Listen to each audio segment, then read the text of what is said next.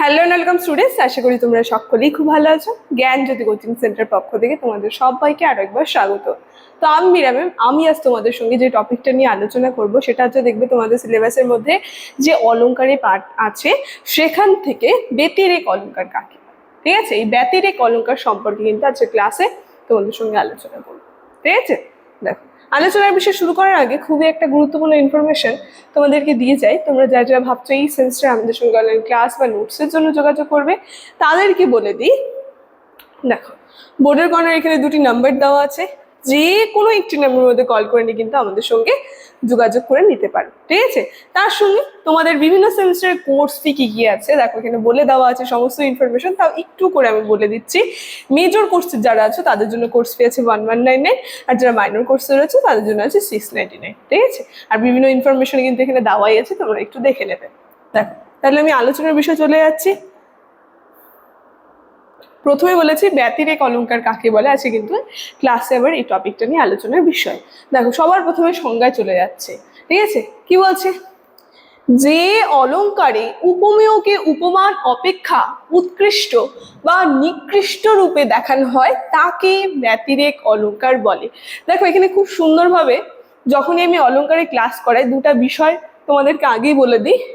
এই যে বিভিন্ন অলংকারগুলো তৈরি হয় দুটি বিষয়কে কেন্দ্র করে, একটা হচ্ছে উপমেয় আর আরেকটি হচ্ছে উপমান। তো কি বলছে, এই যে যখন কোনো অলংকারে এই উপমেয়কে উপমান অপেক্ষা উৎকৃষ্ট বলতে বড় দেখানো হচ্ছে, আবার কখনো নিকৃষ্ট বলতে ছোট দেখানো হচ্ছে, তখন যে অলংকার তৈরি হচ্ছে তাকে বলা হয় ব্যতিরেক অলংকার। ঠিক আছে, তাহলে সংজ্ঞায় তো আমরা জেনে নিলাম, এবার একটু উদাহরণটা জেনে নিই। কি বলছে দেখো, কি বলছে, সজল তব ডিঠি মেঘের চেয়ে কালো, এখানে তব হবে। ঠিক আছে, তব মেঘের চেয়ে কালো। তো এখানে আমরা দেখতে পাচ্ছি সজল, একটু স্পেলিং গুলো ঠিক করে নেবে। ঠিক আছে, এখানে সজল হবে, সজল।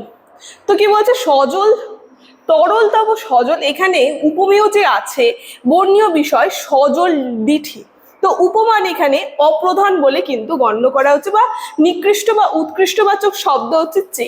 তো এগুলো থাকবে, উপমেয় থাকবে, উপমান থাকবে, তার সঙ্গে নিকৃষ্ট বা উৎকৃষ্ট শব্দটা কিন্তু আমরা এই যে এই শব্দটা দিয়ে বুঝতে পারছি চে, এটা দিয়ে কিন্তু আর কি সেটা বর্ণনা করা হলো। যেখানে কবির বক্তব্য কি, মেঘ কালো কিন্তু তোমার সজল যে দৃষ্টি রয়েছে সেটা কি মেঘের থেকেও আরো বেশি কালো। ঠিক আছে, অধিক কালো, অর্থাৎ এখানে মেঘের কালত্বকে কি বলছে, দৃষ্টির কালত্বের উৎকর্ষ বোঝানো হয়েছে, মানে বড় করে দেখানো হচ্ছে। ঠিক আছে, তো এটা কিন্তু চলে গেল একটা উদাহরণের মধ্যে, ব্যতিরেক অলংকারের উদাহরণের মধ্যে। দেখো যেখানে আরেকটা উদাহরণ কিন্তু এখানে দিয়ে দিয়েছে। কি বলছে, কলকল্লোলে লাজ দিল আজ নারী কণ্ঠের কাকুলি।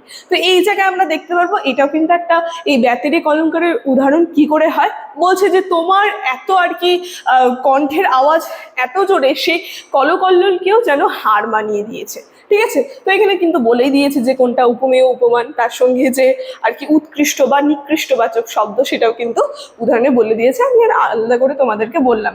দেখো এখন একটু শ্রেণী বিভাগটা নিয়ে বলে দিই। কি বলছে, এই যে এই ব্যতিরেক অলংকার, এই ব্যতিরেক অলংকারকে দুভাগে বিভক্ত করা হচ্ছে, একটা হচ্ছে উৎকর্ষক আর একটা হচ্ছে অপকর্ষাত্মক। তো এই সংজ্ঞাগুলো উদাহরণগুলো কিন্তু দেওয়া আছে, দেখো আমি বলে দিচ্ছি এক এক করে। কি বলছে, প্রথমে উৎকর্ষক ব্যতিরেক, যেখানে আমরা দেখবো উপমেয়কে উপমান অপেক্ষা উৎকৃষ্ট দেখানো হবে তখন তাকে উৎকর্ষাত্মক ব্যতিরেক, মানে যখন বড় করে দেখানো হবে। ঠিক আছে, উদাহরণ কিন্তু এখানে একটা দিয়ে দিয়েছে, সপ্ত পুরুষ কোথায় মানুষ সে মাটি সোনা বাড়া। ঠিক আছে, তো এইভাবে কিন্তু একটা উদাহরণ এটা চলে যাচ্ছে। এরপরে আমরা দেখতে পাচ্ছি অপকর্ষাত্মক ব্যতিরেক, এখানে দেওয়াই আছে, আমি আর আলাদা করে বলছি না। দেখো সংজ্ঞা কি বলছে, যেখানে উপমান অপেক্ষা উপমেয়কে নিকৃষ্ট বলতে আমরা প্রথমেই সংজ্ঞাতে দেখেছিলাম কখনো উৎকৃষ্ট বলতে বড় দেখানো হচ্ছে, কখনো নিকৃষ্ট দেখানো হচ্ছে। এইভাবে কিন্তু দুটা ভাগ করেছে, উৎকৃষ্ট চলে যাচ্ছে উৎকর্ষাত্মক ব্যতিরেকে, আর নিকৃষ্ট চলে যাচ্ছে অপকর্ষাত্মক ব্যতিরেকে। ঠিক আছে, সেটা কিন্তু সংজ্ঞাতে বলে দিয়েছে। ঠিক আছে, তাকে অপকর্ষাত্মক ব্যতিরেক বলা হচ্ছে। দেখো তার একটা উদাহরণ এখানে দিয়ে দিয়েছে। কি বলছে, পাপীকেও তুমি মানিয়েছো হার, মানে নিচু করে দেখানো হচ্ছে, বলছে যে পাপী তাকেও তুমি হার বানিয়ে দিয়েছো। ঠিক আছে, সেটা কিন্তু এখানে বলে দিয়েছে যে কোনটা উপমেয়, কোনটা উপমান, আর কোনটা নিকৃষ্টবাচক যে শব্দ সেটা। ঠিক আছে, আমি আর আলাদা করে তোমাদেরকে বললাম। তো আজকের ক্লাসের বিষয়ে আলোচনা কিন্তু আমার এতটাই ছিল, প্রথম থেকে তোমরা একটু দেখে নাও পারলে পরে। দেখ, এখানে আমি আলোচনার বিষয় শেষ করছি। ভিডিওটি শুরু থেকে শেষ অবধি দেখার জন্য থ্যাংক ইউ।